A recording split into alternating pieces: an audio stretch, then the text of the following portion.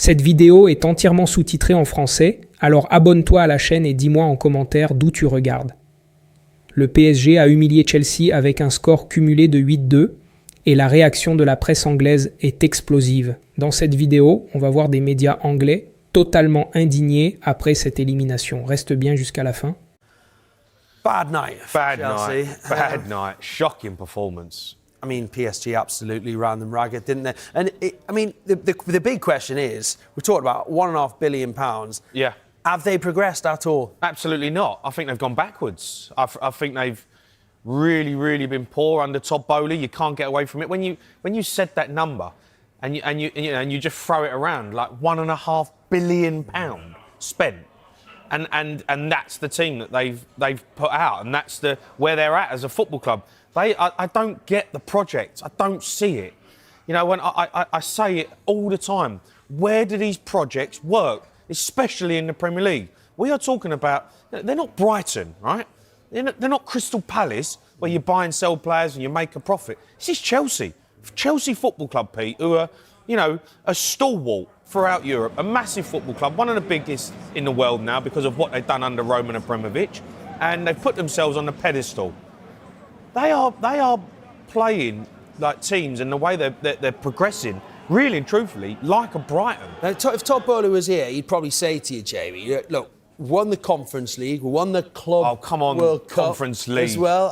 I'm trying to imagine what Conference he might say. League. Well, Club World Cup. Yeah, listen, the Club World Cup, OK, fair enough, but the best teams weren't in it. Apart from the PSG that season, all right, they played them in the final, they beat them. They're dead on their feet, PSG, and you can argue, all right, yeah, they won it, but no one really that felt that Club World Cup was a big. It's not the Champions League, right? You're saying dead on their feet, though. Are they knackered? I mean, I think Rossini has sort of hinted towards the fact that the players are fatigued. Oh, come on. We're talking about Chelsea here, who are, they're meant to be a top footballing side who are meant to fight on all fronts. That's what I knew Chelsea as. That is what I knew.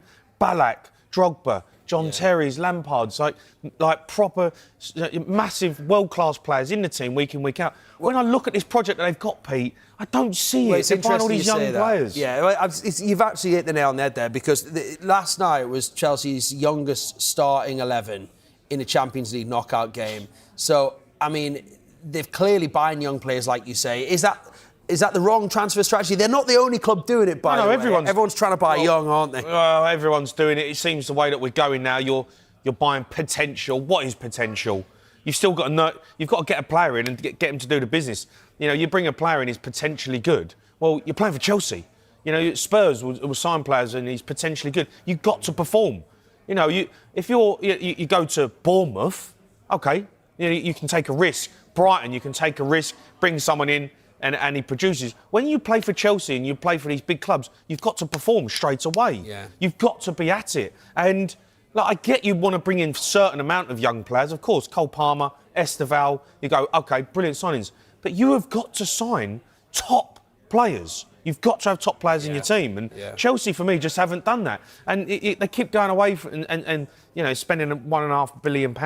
Yeah. On who? Yeah. Well, look, it was a bad night for Rossini, wasn't it? And Chelsea fans actually booed the triple substitution as Enzo Fernandez, João Pedro and Cole Palmer were all taken off. They were already 2-0 down in the game. The game was over. 7-2 on aggregate. Within 2 minutes, PSG scored another goal. It's just not what Rossini needed. Afterwards, he defended that decision. It's not an admission. It's a reality of where the group are. They've played over 100 games in 18 months. They've had no break in terms of the international games, the travelling that, say, as João Pedro, Enzo Fernandez and Moi Caicedo do to South America. It's not an excuse. Likelihood of getting injured is increased very highly. So I want us to make sure we're in this competition next season as a minimum. We're still fighting for an FA Cup, but I have to make maybe really difficult decisions that at the time probably don't look great, to be honest. You never want to take off your best players when you're 5 goals down. You were saying there, Jay, the game was gone. Do you understand the decision to take off Pedro, take Palmer, Enzo, get them off? Yeah, I kind of get that one. The game's over, right? I mean, they have, as he said, Rossini, they can still get Champions League football, FA Cup as well. So, in that sense, obviously the fans, it doesn't look great, and as he said, you want to keep your best players on the pitch, but the game's gone. The game was over. He got it all wrong. Formation he got wrong. Tactics over the two legs he got wrong. You know, he's thrown the game away. The first leg, you know, when they were in the game, he completely threw it away. And you know, they're in disarray at the minute, Chelsea. I thought Rossini coming in, everyone was like, really? And I thought, give him the benefit of the doubt, give him some time, see how he's done. And at the moment, it's not looking great for him. It really isn't. But I just don't see this project, Pete. I don't get it. I don't see it. I don't get the managers they're bringing in. I don't get the players they're bringing in. You know, I remember managers at Chelsea used to have aura. Yeah. Mourinho, Scolari, Conte, Tuchel. We're talking about top world-class managers with experience and a kind of an aura. There's an aura around certain people. You had it. You know, players have auras, managers have auras, and Rossini. I'm not saying he's a bad coach, but you've got to have something more if you're going to manage at one of these big clubs. Yeah, OK, it's a fair point with that list. There has been some incredible managers in the dugout at Chelsea over the years, hasn't there? But look, we're going to be speaking to a Chelsea fan very soon. But here's how you guys can get involved with the Fanalysis app. If you haven't got this yet, get it now. Scan the QR code here for all the details. And this is what you'll have at your fingertips. Fanalysis has partnered with Sky Sports to empower fan opinion. On the Fanalysis app, you share your player ratings, your manager ratings, and your opinions on everything to do with your club, so that Sky Sports can put fan opinion at the heart of their football coverage. Scan the QR code to download the Fanalysis app.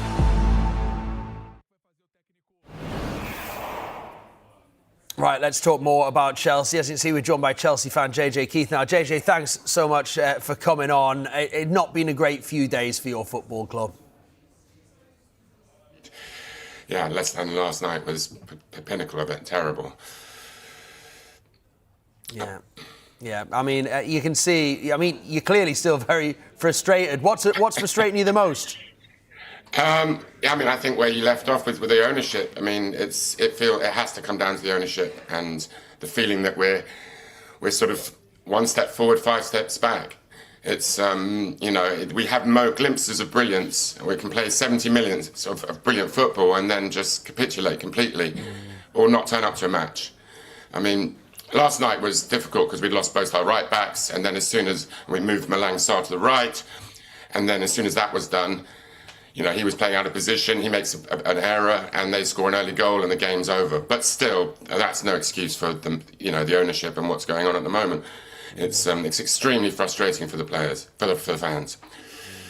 Are you guys having Rossini at the moment? Are the fans? What do you I mean? Clearly they were booing when they took off Enzo, Cole Palmer last night, and sort of appeared, and João Pedro took off the three of the best players, and there was a bad reaction from the fans. Does that say more about their feelings towards Rossini at the moment? Because as Jamie was just saying there, you kind of understand the decision, protect your best players, the game's over.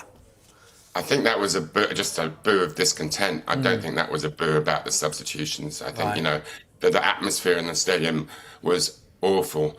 I mean, I was sat round and the area around me was empty because they've overpriced the tickets. So that, you know, it started on a bad note, and they've got so much wrong there.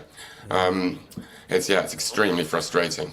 Where did Chelsea go from here? Because, you know, I was talking about managers that you've had in the past and the Chelsea that we kind of all have got to know from, and I know it's a different club, different ownership, but can you see this project actually working? Like, what is the end goal? No, at the moment I can't see it working. I mean, it feels like a private equity fund rather than an actual football club. You know, they're looking at the data and they're buying players down. Of the 1.5 million they've spent, 300 million is on players you wouldn't even know their names, and they've done nothing, and they've gone for similar prices or losses. You know, it's you know, the data doesn't seem to be working even when they are data driven. I mean, look, with 80 million we paid for 85 million for Mudryk, you know, and PSG paid 80 million for, I'm not going to try and pronounce his name, the Georgian, you know, and look at the difference between those two players. I mean, it's the money is not being well spent, and it's being treated as a private equity fund and not as a football club.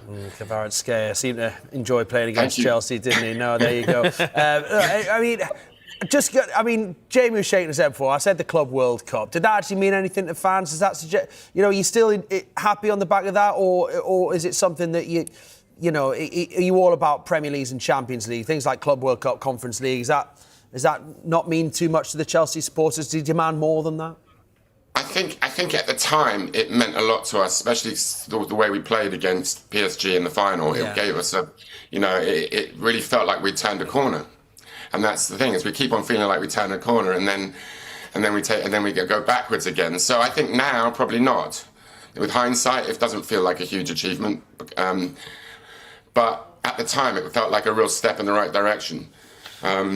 It sounds good, but it doesn't. But is it actually? It's not the Premiership or the Champions League. I've got just on Rafinha.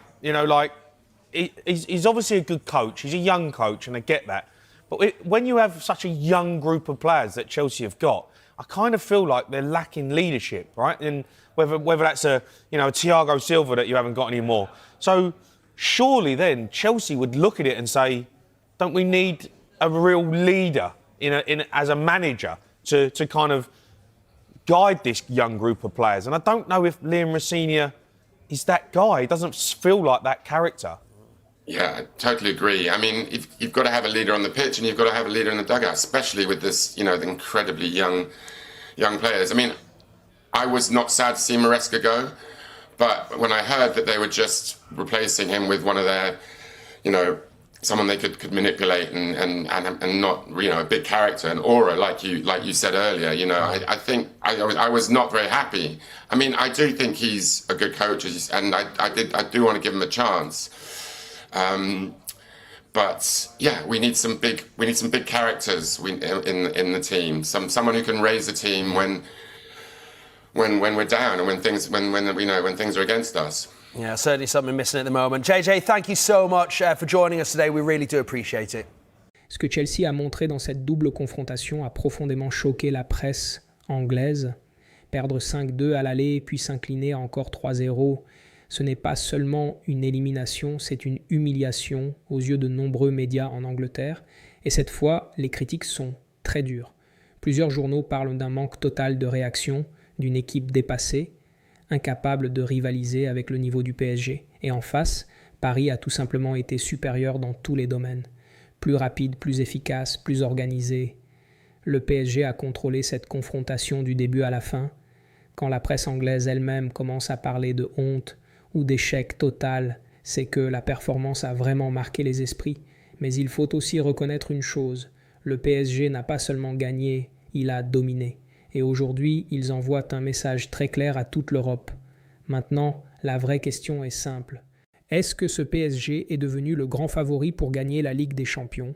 Donne-moi ton avis en commentaire, je veux vraiment savoir ce que tu penses de cette élimination et du niveau du PSG. Et si tu as aimé la vidéo, n'oublie pas de t'abonner, de laisser un like et d'activer la cloche pour ne rien manquer. Merci à tous d'avoir regardé et à très bientôt pour la suite.